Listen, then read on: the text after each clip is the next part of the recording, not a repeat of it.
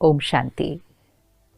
दुर्गा माँ, संतोषी माँ, पार्वती माँ, काली माँ, लक्ष्मी, सरस्वती, चारों तरफ देवियों का आह्वान, जागरण, व्रत, पवित्र जीवन, माहौल ही सात्विकता का है। क्योंकि नवरात्रे शुरू हो चुके हैं आज से। हम सब मिलकर कितनी प्यार से, श्रद्धा से, भावना से शक्तियों का आह्वान कर रहे हैं, जिनको हम कहते हैं शिव शक्ति। उनका आह्वान हो रहा है। लेकिन थोड़ा सा आज कुछ क्षण लेकर इस पे चिंतन करते हैं कि हम किसका आह्वान कर रहे हैं। उन्हें हम शक्ति भी कहते हैं, उन्हें हम माँ भी कहते हैं, उनको हम अस्त्र शस्त्रों के साथ दिखाते हैं और उनके ही चरणों में हम असुर भी दिखाते हैं। ये सब चीज़ हमें कौन से ज्ञान का अर्थ सिखाने की कोशिश कर रही है।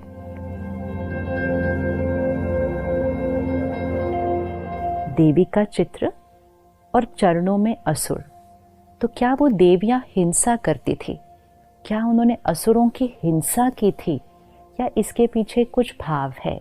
और जो शक्ति का आह्वान कर रहे हैं, कौन सी और कहाँ से उन शक्तियों को बुला रहे हैं?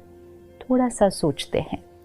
डिविनिटी, प्योरिटी, ये आत्मा का ओरिजिनल गुण है जो आज हम भूल चुके हैं। और क्योंकि हम अपनी डिविनिटी को भूल जाते हैं, तो हमारे अंदर के जो वाइसेस हैं, काम, क्रोध, लोभ, मोह, अहंकार, ये इमर्ज हो जाते हैं।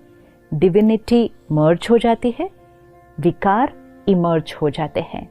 अब अगर किसी को इसको सिंबॉलिकली दिखाना है कि डिविनिटी ने वाइसेस के ऊपर ओवर पावर किया, प्योरिटी ने ईगो के ऊपर ओवर पावर किया, इसको पिक्टोरियली रिप्रेजेंट करो, इसको सिंबॉलिकली रिप्रेजेंट करो।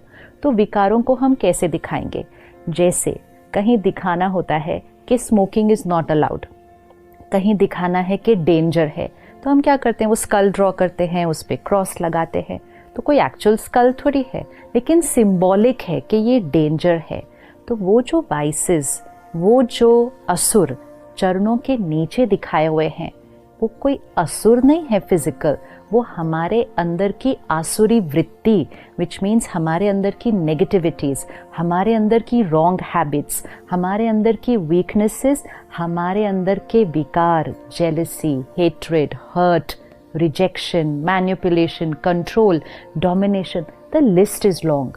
लेकिन क्योंकि हमने ध्यान नहीं रखा, हमने अपने अंदर के असुरों को जागृत करके रखा हुआ है।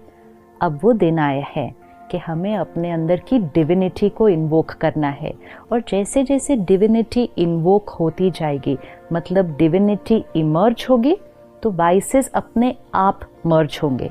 वाइसेस इमर्ज होते हैं तो डिविनिटी अपने आप मर्ज हो जाती है, क्योंकि at one point of time एक ही क्वालिटी का संस्कार जागृत हो सकता है। तो देवियों का आह्वान करना मतलब इन्वोकिंग द डिविनिटी। तो देवी वहाँ ऊपर से आह्वान नहीं करना है, अंदर से डिविनिटी का आह्वान करना है। क्योंकि हर आत्मा के अंदर डिविनिटी भी है और हर आत्मा के अंदर वीकनेस भी है। तो वो जो दिव्यता है, जिसको आज हम प्यार से याद कर रहे हैं, बुला रहे हैं, वो भी हमारे अंदर ही है। और वो जो असुर जो हम पैरों के नीचे दिखा रहे हैं, वो भी हमारे अंदर ही है।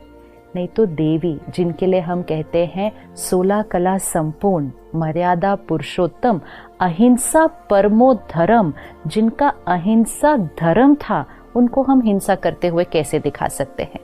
और क्या देवियां अष्टभुजाओं के साथ पैदा हुई थी? अष्टभुजा, आज अगर आपके घर में एक बच्ची पैदा होती है जिसकी अष्टभुजाएं हैं, तो आप तुरंत क्या करेंगे? शायद सबसे पहले तो डॉक्टर वो सर्जरी कर देगा, क्योंकि वो अष्टभुजा कोई लिटरल फिजिकल 8 आर्म्स नहीं है। वो आत्मा के अंदर की अष्ट शक्तियाँ, 8 पावर्स ऑफ द सोल, जिससे वो डिविनिटी इमर्ज होती है। क्योंकि भुजा शक्ति का सिंबल है, पावर, यू से इज वेरी पावरफुल, फिजिकल, तो हैंड का सिंबल है। और हर भुजा के अंदर एक एक शस्त्र है। शस्त्र नॉलेज का है। तो क्या भावार्थ है? ज्ञान के शस्त्र को लें, आत्मा अपने अंदर की शक्ति को यूज करे, और जब ज्ञान के शस्त्र से आत्मा शक्ति को जीवन में यूज करेगी तो डिविनिटी इमर्ज हो जाएगी, और जब डिविनिटी इमर्ज हो जाएगी विकार मर्ज हो जाएंगे।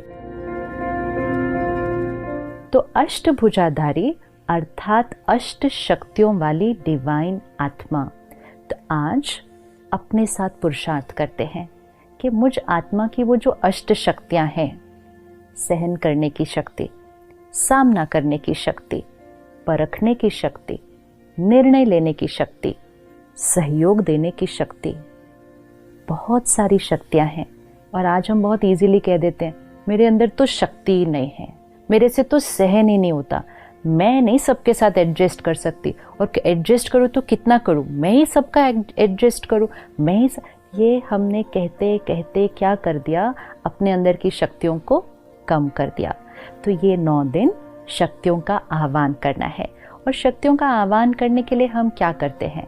सबसे पहले जागरण करते हैं।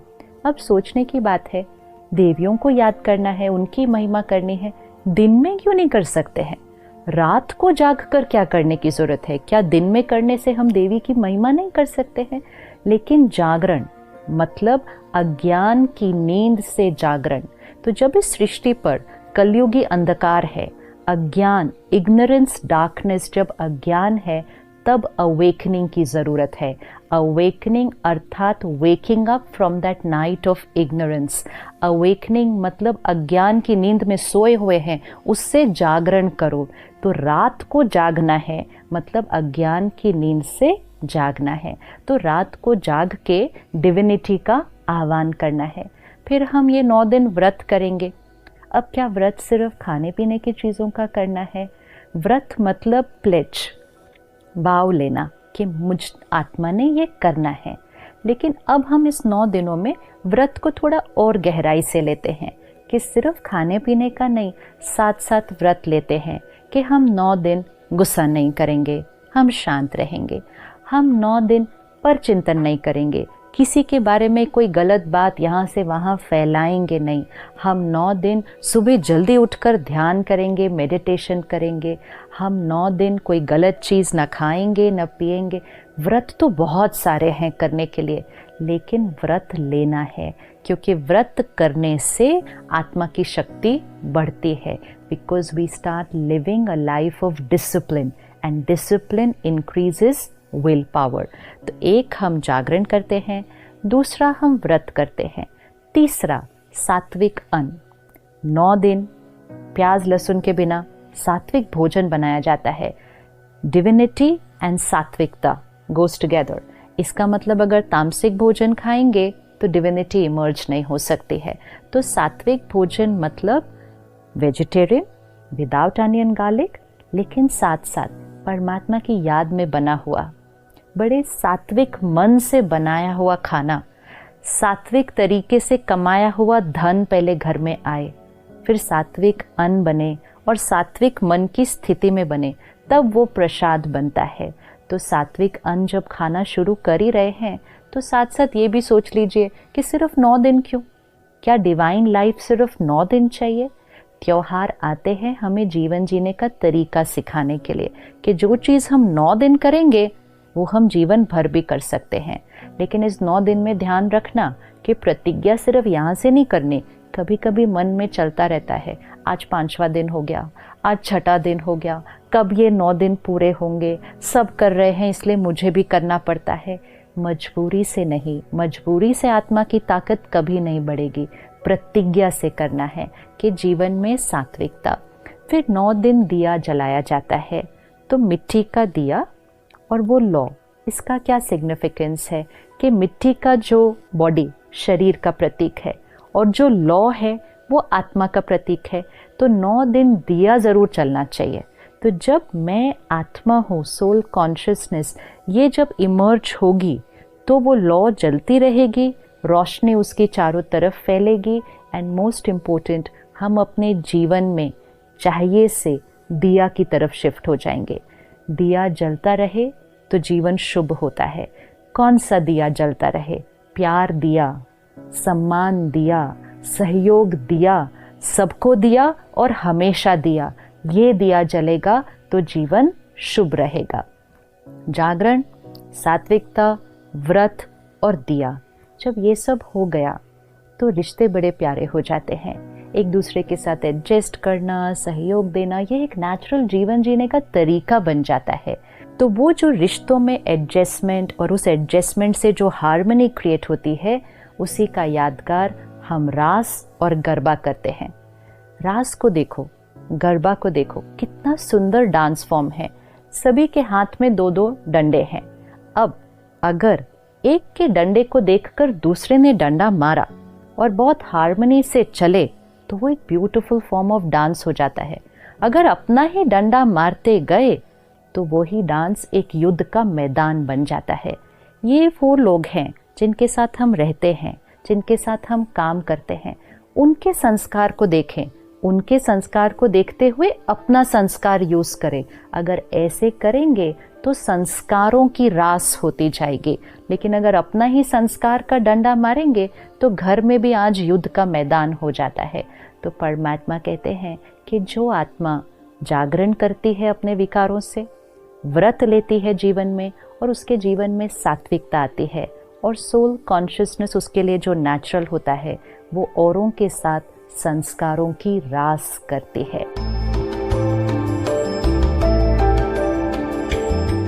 तो अगले 8 दिन हम सब रोज मिलेंगे और सिर्फ देवियों का आह्वान नहीं करेंगे, अपने अंदर की उस दैवी शक्ति का आह्वान करेंगे।